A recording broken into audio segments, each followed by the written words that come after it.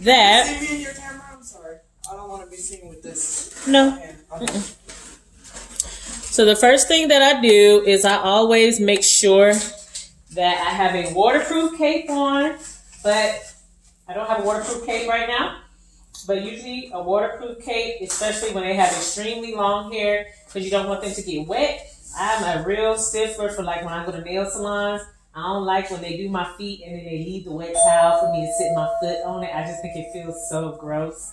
So I try to keep them as dry as possible at all times. So I always put a towel around their neck because it kind of gives a barrier in between their neck and the sink. And if something is dripping down their neck, it's going to catch it. Okay, and so because I don't have a waterproof cape, then usually when I don't have a waterproof cape, I always grab one of these. We only have two right now. And then I work it around, and then I usually take it off before they go up under the dryer because it gets hot. And Jermaine don't like the dryer already.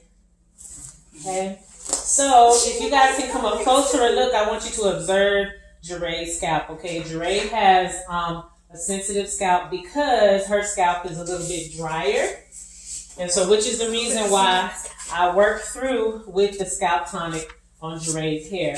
So yeah, you can come through with a comb and scratch all her dandruff out, but you know, you may make her scalp a little bit more sensitive.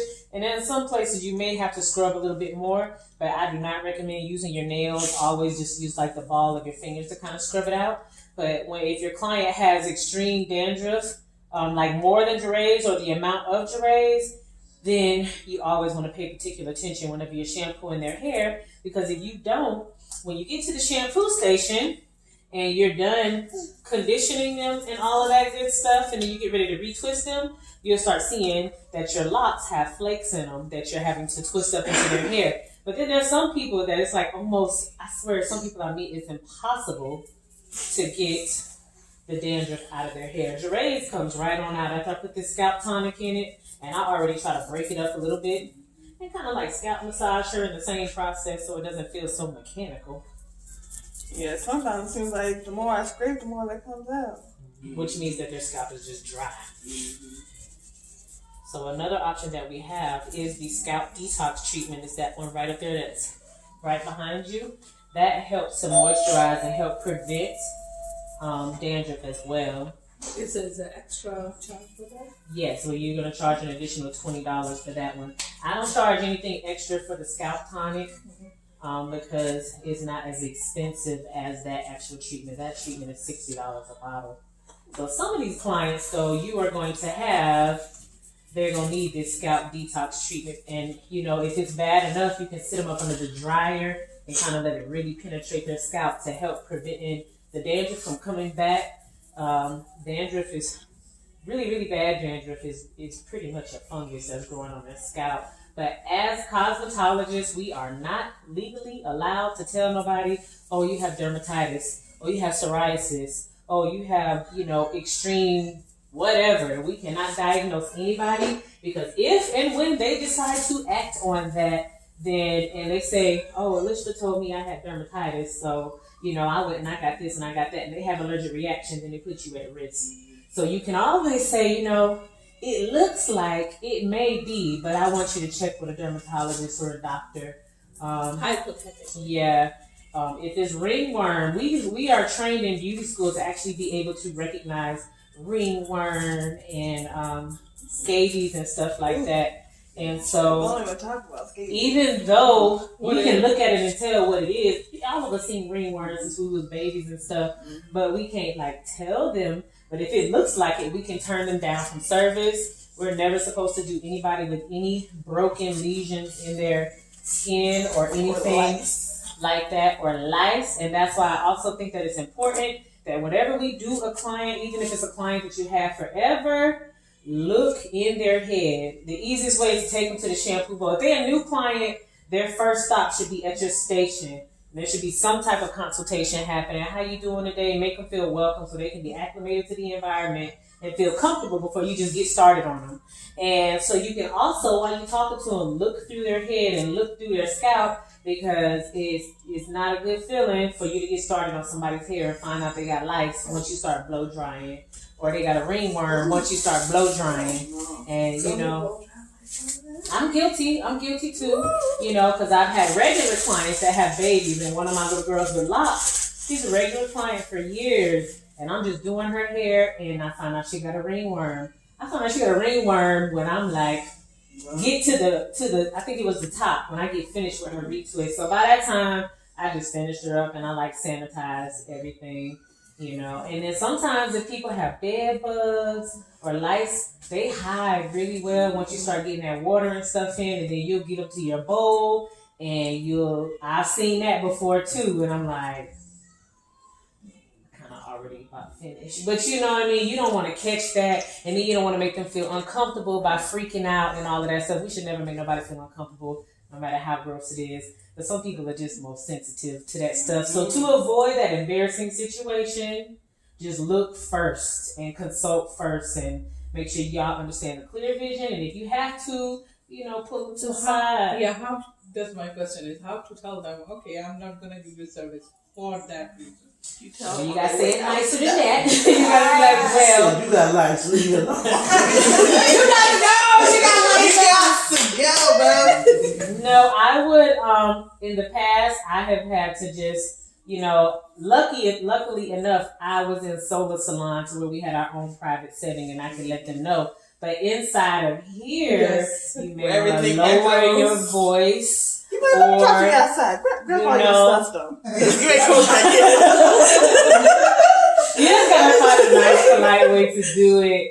You can pull them to the side, or you could be slick and you can write it down on a piece of paper and say, "Hey, you know what? I think it's that better." You have the paper. You like, I think it's better that we reschedule at a different time for these reasons right here.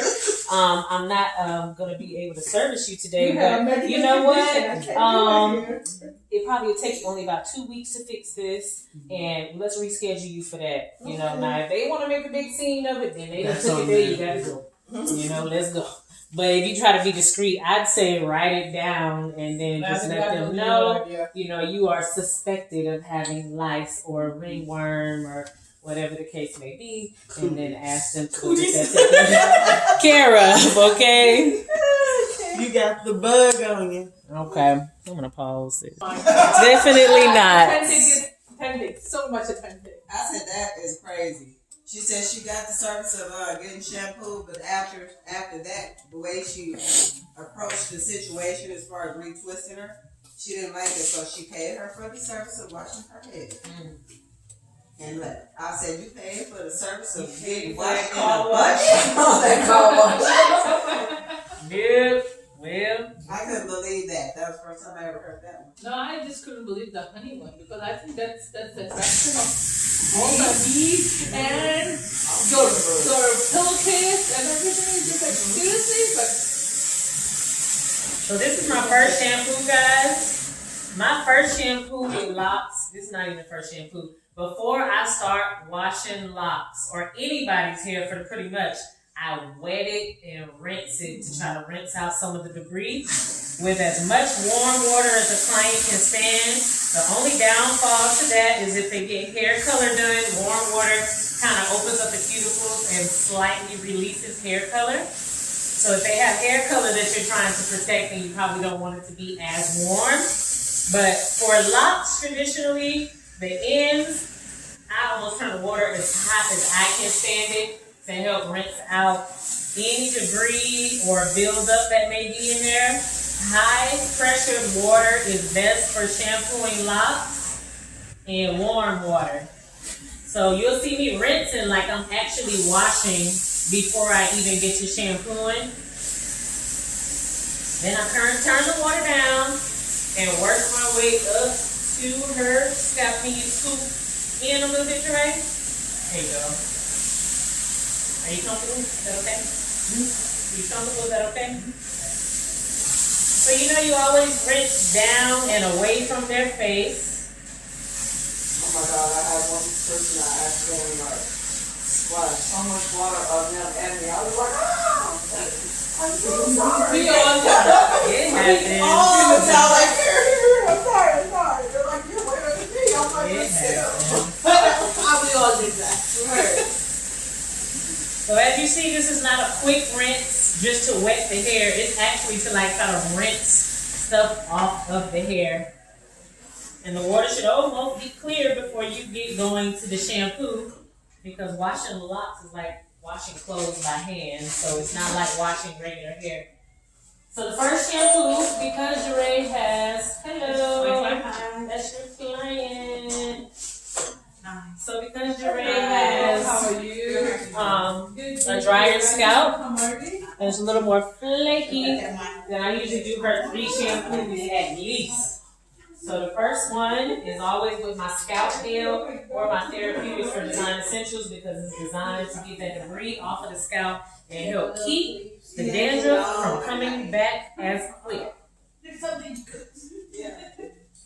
So I'll go through and I'm like scrubbing, but I'm not using my nails. I'm using like the balls of my fingers to just scrub really hard. With every single one of my shampoos, I do a scalp massage while I'm shampooing, which has grown some clients accustomed to not wanting just anybody to shampoo their hair, because if you're not scrubbing and doing all of this, it's easy to feel like your hair is not clean, because we don't have straight hair where we can just put shampoo on it and rub it through and then rinse it off. We need to do some manipulations and actually get up in there and move the hair around and scrub through it and squeeze through it and all of that good stuff. But what I have learned is that like this shampooing and massaging thing is more of a cultural thing, because whenever I worked with the ladies on the north side, I was the only black girl in there. Like, you know, Rubbing it down. yeah, like when you scrub their head, they're like, ow, like that hurts, you know? So I Like, know. hold the hard right there. Like, girl, we gotta clean this. But they don't. They do like this nice, gentle shampoo. Because I would have one of the girls there help me shampoo my hair. And she just was not doing a good job. And I had to like, yeah. I was like, what are you doing? Like Melody said. Yeah. That's it. Just playing in my hair. Yeah. Yeah, like it's a workout, literally sitting here scrubbing. And so almost every black person has thick hair and is accustomed to getting their scalp shampoo while they get their hair washed, because otherwise they can shampoo their hair at home and they ain't gonna feel good. And then it also adds to the experience. And I think you just done before the 4th of July. I went to Williams. There were 8 cars in the driveway. I went to another place. They was like, we don't have kidside. I just wanted a little chewy soap window, like a kidside small. They said we don't have kidside, so they wanted $8 for the year. I said no. Wow. Get back in the car and go mine. It was so hot out there. And they packed their babies, like they give away nuggets. Right.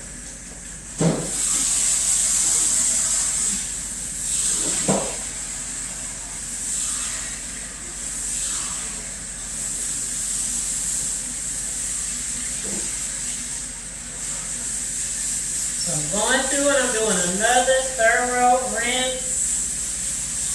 I think it's safe to say it take me about, 20, 25 minutes or so to shampoo each and every one of my clients. The reason that I use the conditioner that I use is because I don't like that conditioner to build up in their hair, but every once in a while you will see me grab some regular conditioner and work it down to their scalp, because I really like for them to feel that tingly feeling on their scalp that they get from the stimulation. Whenever you mix the shampoo, it should look kind of like milk, like this, so that it'll still be getting some benefit from it, and it won't be too watered down.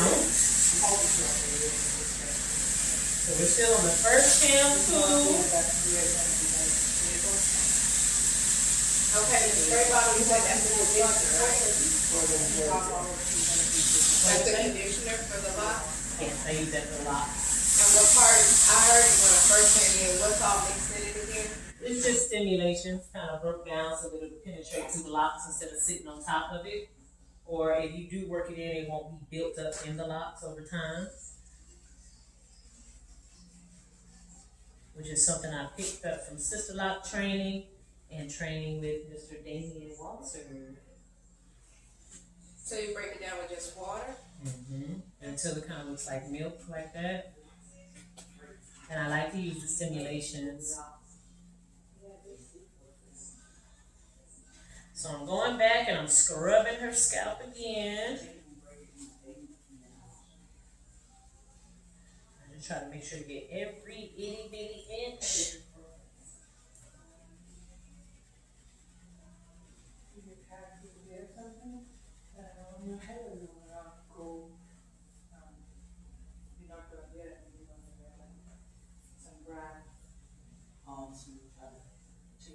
I'm not doing directly. Yes, honey, go low. Yeah. So I think you missed the spot in the back. Learn about my hair too. Right. Friends will tell you that too.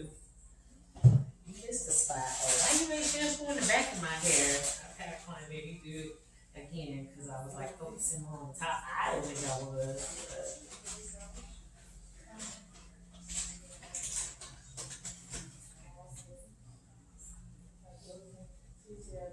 So as you see, I have not even started to like shampoo the ends of her locks at all.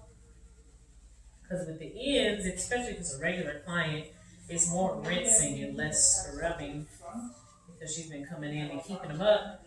But for somebody that's a new client, like you're literally going to be like pulling their locks together and scrubbing them together as if you're washing clothes.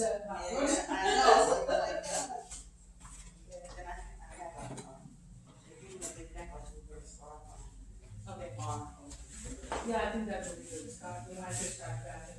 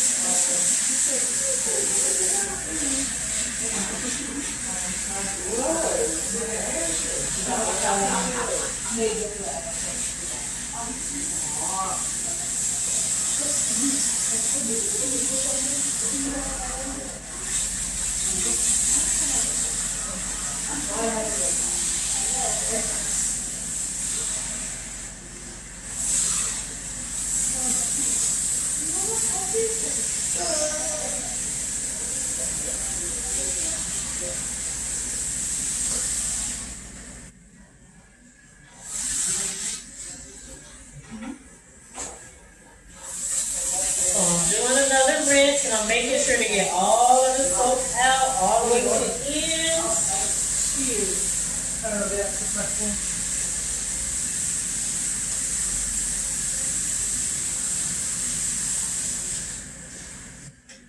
And then if I need to, I'll like hold the water hose in my hand and kind of like still rub it. Because sometimes even if you do a really, really good shampoo, it's like the skin debris just kind of get caught up in the hair a little bit. So I like manipulate it with my hands while I'm working it out.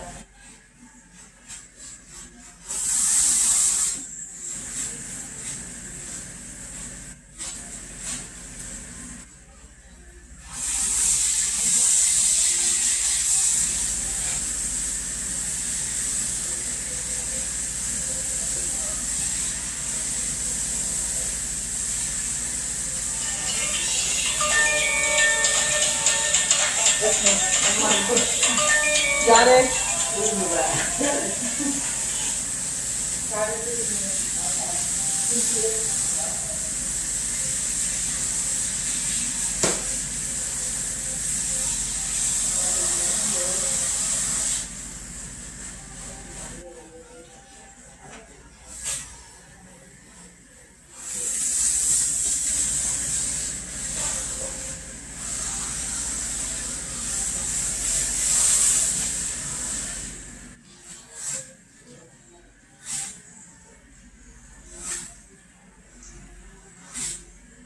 So always lift their head for them. Don't ever let them lift them heads by themselves, because they always get wet.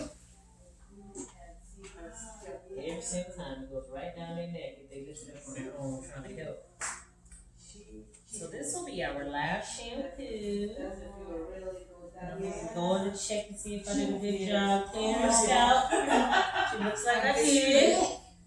So locs may seem like they need a lot of shampoo, but I usually do about 1 or 2 squirts, and then I like rub it through my hands, and then I'll put a little bit at the top, then I'll put a little bit in the middle, and then I'll work the rest of the ends, and then just kind of push it together. And then, as it begins to lather up, it all connects.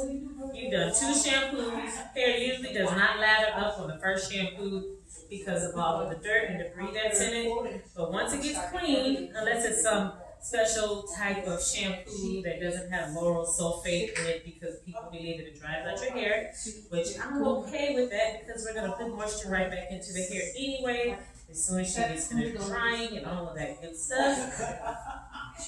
So that shampoo does have sulfate. This one does.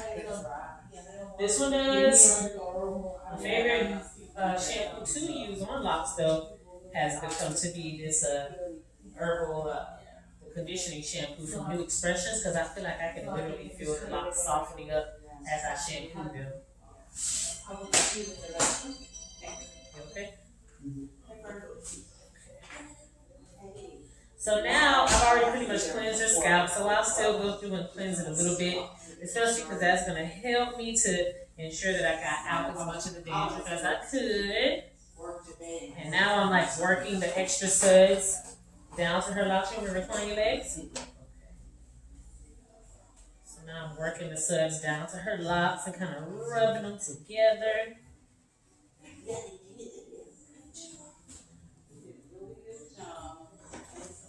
And if I feel like I don't have enough suds, I won't put more conditioner in it. I'll actually just re-wet it a little bit. And that helps to spread it. So I want us to be product conscious as well, because we don't run out of products as quickly when we use them properly. Whenever we're dipping our hands in the conditioner, we can make sure that we don't leave hair from our clients in the conditioner to be transferred into somebody else's client's head, you know. So if you have to open the conditioner and dip your hands in it, make sure you leave it white with no little black streaks. Blonde, brown, purple, whatever. Let's be specific. Yes, no hair. You don't need any hair in the conditioner. Other people have to use it. It's a community jar. Right. And the reason that I always ask you guys to put your products, legally we are not supposed to administer any products directly from any jar or bottle that we have to continuously keep double dipping back into. Whether it's a bottle of edge control, whether it is a jar of gel, or whatever the case may be, which, you know, how likely is it that you'll get caught by state board. But God forbid you spread ringworm or something to somebody by double dipping and it be by mistake, and then they go and tell the health department that the last place that they went to was Melbar's Hair Studio and they sat in Margie's chair, and now I got ringworm and now my baby got ringworm and all of us have it. So it's just better to take precaution and be on the safe side, because those types of things can get really, really nasty and bring a lot of bad publicity. And if the state gets involved, then we run the risk of getting fines and all that type of stuff. So would it just be better to put the product, just take a plastic spoon, put the product in one of those perm cups? Yeah, perm cup or bowl, that is the safest way to do it. And even if it's edge control, because sometimes you don't need a little teeny bit of edge control. When I do edge control, I try to dip in there one time with clean hands and I just put it on my arm or something like that. But you don't need a lot of it, so you don't want to get a big bowl for edge control. But our main thing is that we like to use pomades and stuff for braiding, but it is extremely unsanitary for us to just grab a jar of gel or whatever you use, and then just keep dipping in it back and forth, and then you close it up, and then you use it for the next client, and so on and so forth. And so, oftentimes we do it on clean hair, but imagine we have a lot of clients that come in that's not shampooing their hair, and if the other clients knew that, they would be happy about it. Or say you're doing some singles and somebody watch you do a head of singles that morning and you close up that jar, they here in the afternoon, they watch you open up that same jar, And many of them won't say nothing because they don't know the rules and regulations, but somebody else might see that as gross, which it kind of is. If it's our stuff at home, that's one thing, for family uses it and stuff, but for us to be actually working in and on the community, we got to be a little bit more careful. Because it only takes one time for something to go really bad and you be on Judge Judy. It's happened, man. If y'all go online and look up hairstylist cases on YouTube, some of the silliest stuff that's happening. And although natural hairstylists are not necessarily regulated by the Board of Cosmetology, the hair salon still falls under fault if you guys are not educated on what's sanitary and what's unsanitary. Because we want to be professional and clean. Just in case, in South Carolina, you actually have to have a hair braiding license. The hair braiding license in South Carolina is nothing but an 8-hour sanitation course because the state board there was not regulating hair braiders at one point in time. And then it got to the point to where somebody went to the beach and used to do boulevard braids. So somebody went to the beach and got them some boulevard braids like the tourists do. And the little girl's scalp got infected because they were using dirty combs. So you imagine, one girl's gonna get their hair braided like that already. So then you go in and scalp with a dirty comb, they're gonna be more sensitive to it. And I think a lawsuit opened up and it ended up setting a motion of law. Not lawsuits, but a motion of laws to be put in place that require people to have at least sanitation so that they know how not to use dirty combs and stuff like that on people. But it's real easy to do, without even really thinking about it. I didn't know how to properly clean a brush till I actually went to school because I felt like at home, we ain't never cleaned no brushes or nothing. We would pick that hair out of the brush and been using that brush for years,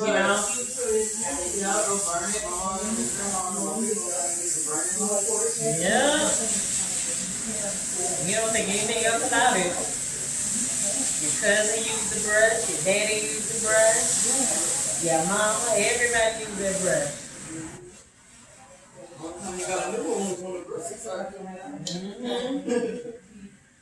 Biggie locs, because it's only one. Somebody that took it to school or something.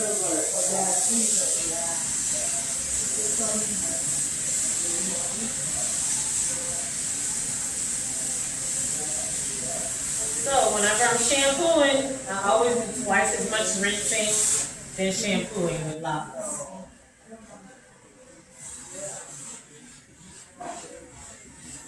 You have geranium boots? No, I don't do geranium boots.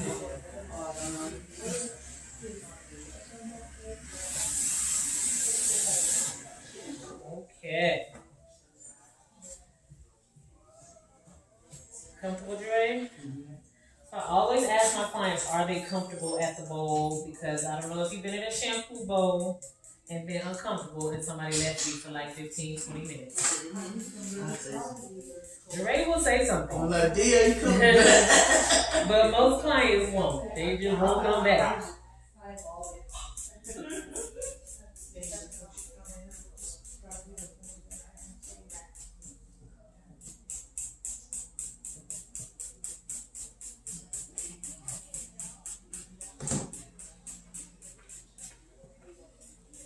So which part are you ready for me to come trim? Mm-hmm.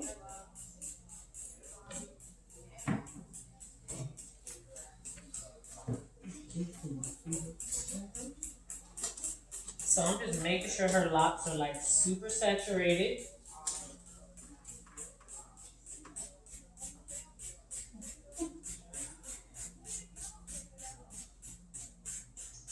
So all y'all in there already familiar with the conditioning and all of that good stuff?